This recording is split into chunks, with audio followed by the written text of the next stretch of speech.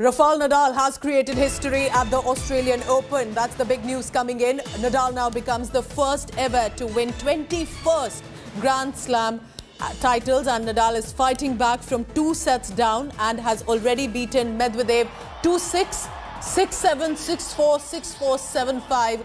Nadal wins his second Australian Open and has created history in his 6th Australian Open final. So, of course, now can we ask clearly as it appears, is Rafael Nadal the greatest tennis player of all time, and specifically, at least in the past few decades?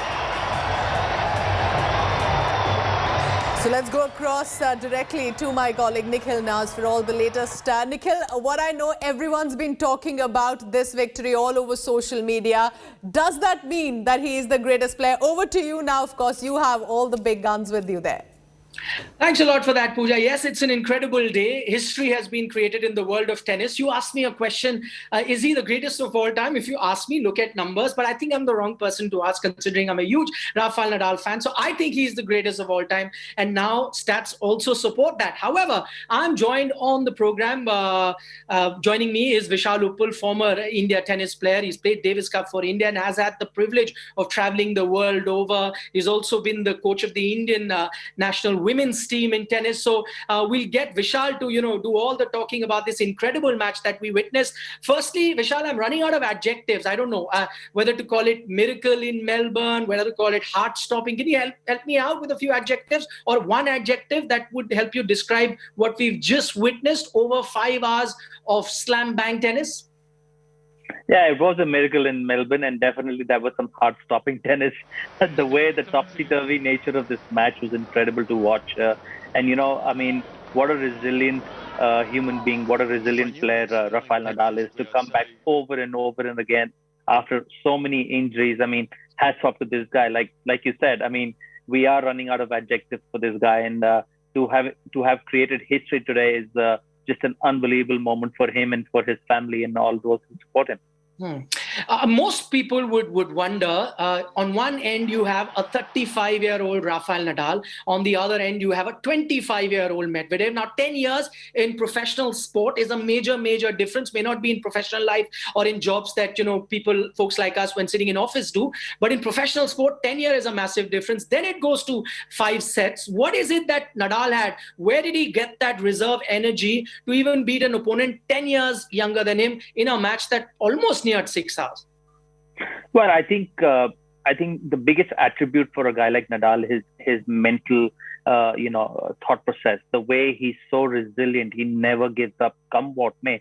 If you look at all his matches, not just today, even in the past, the intensity that he brings to the court, the focus that he brings to the court is second to none. And I think that's what really has, kind of differentiated him in today's match, specifically speaking. If you saw how he remained, disciplined pretty much when they reached the business end of even a game or a match or a set.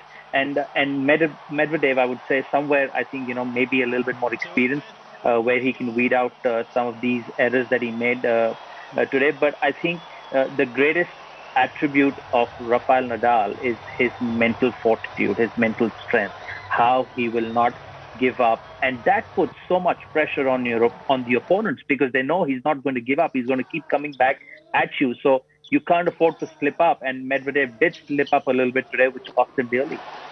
I'm going to ask you a question with regards to Rafael Nadal's fitness. 6 months he did not play professional tennis because he first had a major injury, then gets COVID, yet returns. Many thought that him just participating in the Australian Open is no less a miracle. He goes on to win it. Is he even human? Yeah, well, he is human, and it's unbelievable what the kind of work he must have put into get back to where he has gotten back today. I mean, I can tell you, you have to eat, breathe, sleep this sport. It is that demanding. It's not a 2-hour-a-day kind of a scene. It's a 24/7, 365 days a year kind of scene. And that's the determination this guy has in him. The ability to bounce back after what he's gone through is incredible. And for all the youngsters, if there is a lesson they can learn, or if there is a quality they can imbibe of Rafael Nadal. It's the resilience, it's the tenacity. It's not his forehand, it's not his backhand. It's just his mental ability to never give up, come what may. It is such a special ability. Okay, now answer the $1,000,000 question. Is he the GOAT, the greatest of all time? Because numbers now suggest most Grand Slam, Rafael Nadal, he's gone where no man has gone before. He is one of the greatest of all times, and him and Federer and Djokovic all put together have taken tennis to a new level. Sadly, this era is closer to its end, and that will leave a big gaping hole in tennis unless the likes of Medvedev and Tsitsipas and Zverev really pick up the mantle. But I mean, look at what every one of them has done for the sport of tennis. I think it'll be quite unfair for us to even say that one of them is the greatest of all time. The Federer fans want Federer to be the greatest. Djokovic fans want him to be. Nadal fans like you want him to be the greatest. But I think they're all the greatest in their own right, and it's just too tough to pick one. What would you say to naysayers who say that, listen, if Novak Djokovic was around, it would have been 21 for him and not Rafael Nadal? Well, we won't know that now, right? It's like saying if my aunt had a mustache, she'd be my uncle. But you can't live in ifs and ands, and this is the reality. I mean, if Djokovic, was here, there's no guarantee he would have won. So I think what Nadal has gone out and done these last 2 weeks has been incredible. He's beaten some younger players, really hungry to upstage him and beat him, and he's proved he's still at the top of his game. Just a word on Medvedev. Played a fantastic tournament, and I'm talking about Novak Djokovic. He in fact blanked him in that US Open final, beating someone who looked invincible in Novak Djokovic in straight sets. So he went into this particular match also as the favorite. The tennis world has been looking at the next guy. Who's going to be that next guy who's going to challenge the big three in Roger Federer, Rafael Nadal, Novak Djokovic? You had a Thiem come in briefly, and then you had a Tsitsipas come in briefly, Zverev come in briefly. But would you say the consistency that Medvedev has shown, he truly is the flag bearer when it comes to the next generation? Yeah, I think so. I've been saying that for the last year and a half, that Medvedev is really the one to watch out for. And if he can remain injury-free, and if he can keep, say, mentally healthy, I think he's the one who's going to really pick up the mantle from these three guys, and he'll be the one to beat in the next few years. Next up is going to be the French Open. We all know when it's the French Open, there are 64 players that participate, only in the end for someone like a Rafael Nadal to win. So is it premature to say 22 is on its way, or go back and think about the last Grand Slam where Djoko actually beat him? Yeah, I mean, it's too premature to say this. From now to June is a long time. We'll have to see how their journey unfolds up until then. Can they stay healthy? Can they stay fit? And I'll tell you this, that the gap between the likes of Djokovic and Nadal and the Zverevs and the Medvedevs and the Tsitsipas has really gotten really close now. So I think this French Open this year will be another humdinger, and it's too tough to predict who's going to win it. I asked you a question with regards to Rafael Nadal being the greatest of all time. I'm just looking at sport in general. Okay, let's cut across all sport. Let's look at football. You have the likes of Messi and Ronaldo, or look at cricket, the Virat Kohlis of the world and Rohit Sharmas of the world. Would you say across sport, currently, Rafael Nadal, of course, he will be one of the best athletes, but arguably the greatest fighter on the sporting field across sport that you've seen? Well, he is definitely one of the greatest fighters of all time. I mean, let's not take that away from him, what he's done. But like I said earlier, I mean, there are so many incredible athletes across the world. It's just too tough to call one better than the other. I mean, it's unbelievable what they're doing in their own, in their own pursuit of glory, in their own journeys. It's unbelievable. And from each one of them, we can take so much inspiration. We can really learn so much from each one of them that, I mean, I just think it's an unfair and frankly a crazy argument to try and figure out who's the greatest of all time, because they're all great. I mean, are you going to ask me who's the greatest, Michael Jordan or Magic Johnson? I mean, they're all great. They're unbelievable, So I think we have to learn to respect everyone's career for what it is and what they've done for the game.